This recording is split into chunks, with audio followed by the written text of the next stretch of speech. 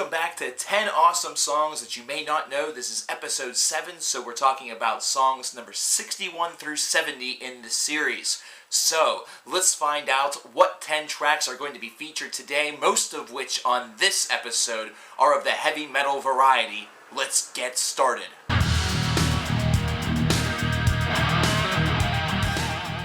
Number 10 is Black God Aftermath by Naglfar. This is from their album Sheol, which was released in the first portion of the 2000s. Naglfar started off as a traditional black metal band, however evolved in recent memory to more of a melodic black metal group that definitely has a little bit more convention to them. Black God Aftermath is off of Sheol, which was a terrific album from the first portion of the 2000s, and followed up the very ambitious and highly regarded Vitra, which came before it. This song is definitely awesome, even though it does start to showcase their swaying from that traditional black metal environment to more of a melodic black metal feel. I love the strong chorus on this song, and just that huge moment right in the middle where they just yell Black God Aftermath, signaling the track.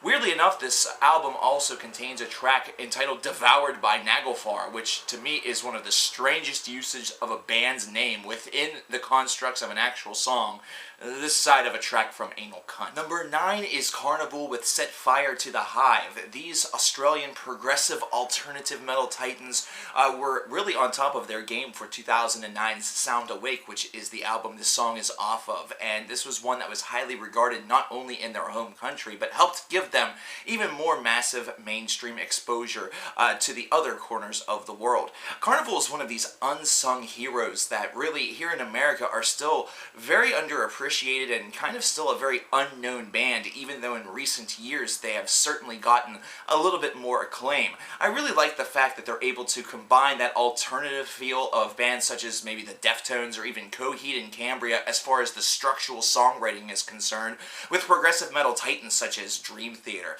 This is something that combines exceptionally well and makes this a really interesting experience, one that definitely would catch the attention of any fan of those groups or maybe of a Tool. This is a track that certainly shows why Carnival is one of the best kept secrets out of Australia. Number 8, we have Painted by Evans Blue. This is probably the closest thing to traditional rock or alternative that we have on this list this time. Painted comes off of the album The Pursuit Begins When This Portrayal of Life Ends, which is a long title for a song and simply entitled The Pursuit as the title track.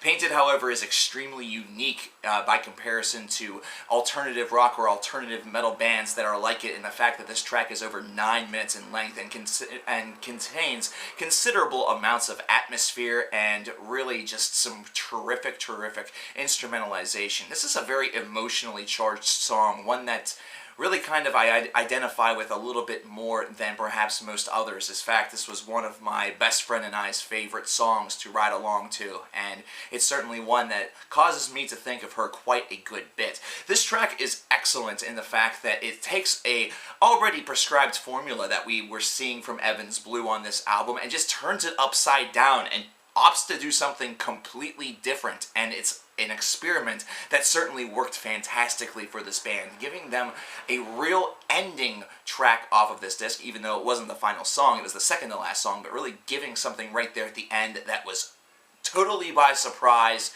and 100% magical. Number 7, we have Dark Water with All Eyes on Me. This comes from the 2007 album Calling the Earth to Witness. Dark Water are a progressive metal band that definitely enjoy the more epic side of their craft, and this is very prevalent on this 8.5 minute long song. At times this song can feel like it's sort of meandering a little bit, however the whole thing is really backed very nicely and gracefully by fantastic songwriting. The songwriting on this track certainly showcases a really tight core group of individuals that for their debut album were really kicking it on all cylinders, this being their debut from 2007. This is the second track off of that album, and it's one that if the first song on the disc didn't ramp you up for the remainder of it, this song certainly gave you a reason to be very excited. I love the kind of murky atmosphere that this track really kind of possesses. It's one that almost has this grim element that reminds me a little bit more of progressive death metal, almost like it was going to hinge on some Insomnium territory or perhaps another band like it. However, this is not what happens on this song. It stays within that progaverse, and it's one that is tremendous to listen to. At number 6, we have Dead Soul Tribe with In a Garden Made of Stone off of 2003's A Murder of Crows. These guys are a very strange bird, a very strange, interesting group that really combines progressive metal with a little bit of avant-garde exploration, and really the whole entire thing just results in very expansive and very unique music. And this track is right in the middle of this expansive album that also contains another great track that I love, which is the bonus track, as they call it, entitled Time. Really, this is an album that we could spend some time talking about, perhaps on Cover Killer Nation's favorite albums, considering it would fit in within that guideline. But I really love this track considering it uses its 6 minutes very wisely. Spatially speaking, it has fantastic element, and it doesn't feel like any of the seconds are wasted whatsoever.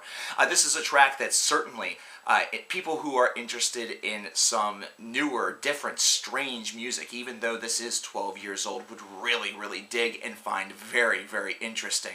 Something that will encourage them to dig deeper into Dead Soul Tribe's expansive discography and find perhaps a hidden gem of a band that they would have never discovered aside from this introduction. At number 5, we have 6 Feet Under, which is the song title from the band Wasted Shells.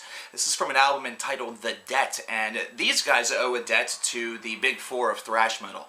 And this is one where this Swedish band is able to employ these ideas, however also give it an updated feel that kind of feels at times on this track that it leans a little bit more toward the alternative rock that you hear on the radio, which seems to be kind of a weird theme that's been happening on this episode.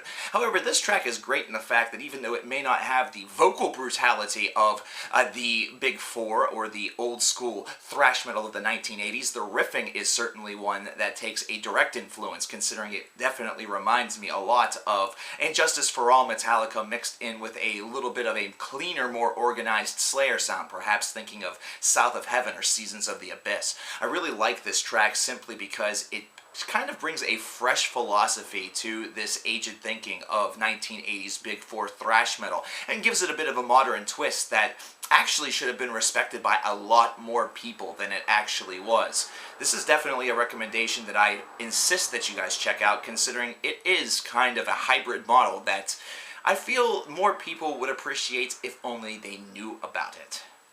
We don't want to talk too much about number 4, principally because we just lost one of the members of this group. Why we don't want to talk much about it is because the recommendation is for you guys to check them out.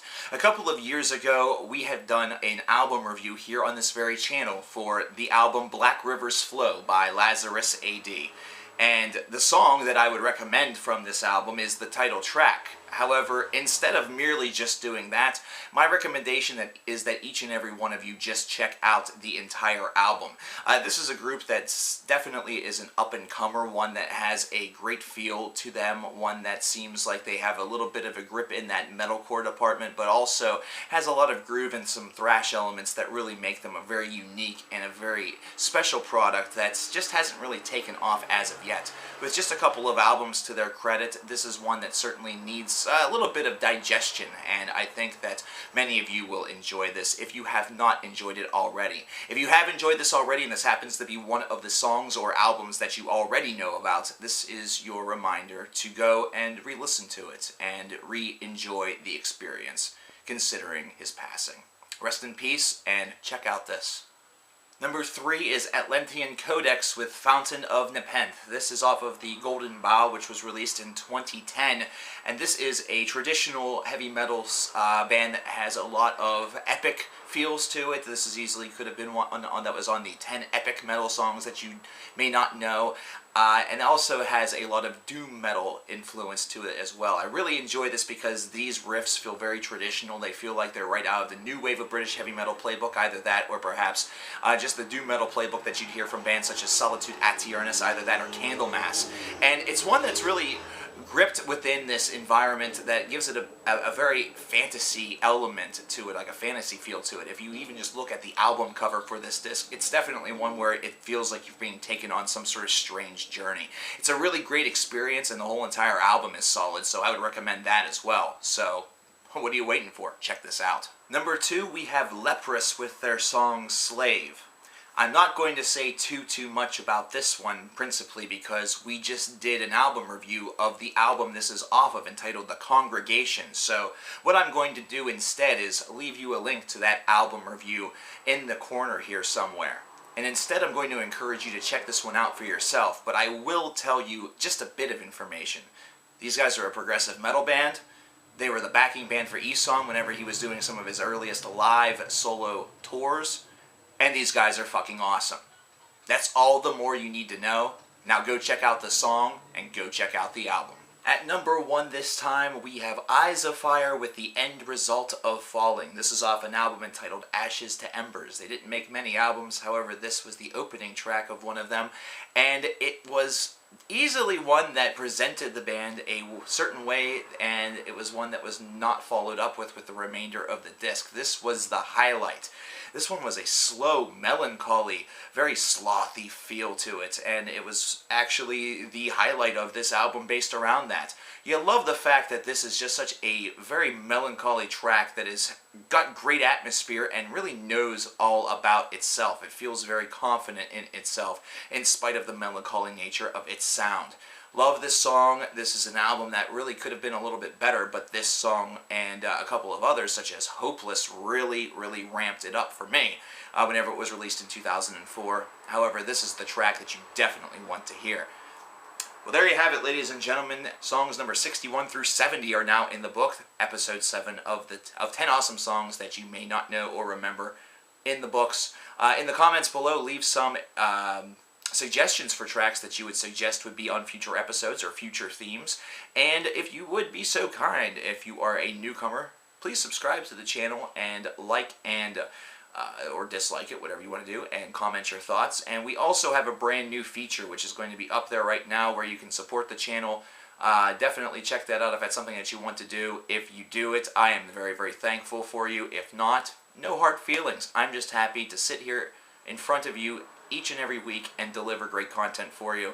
I thank you very much, ladies and gentlemen. We'll see you next time whenever we talk about another 10 awesome songs that you may not know or you just simply may not remember.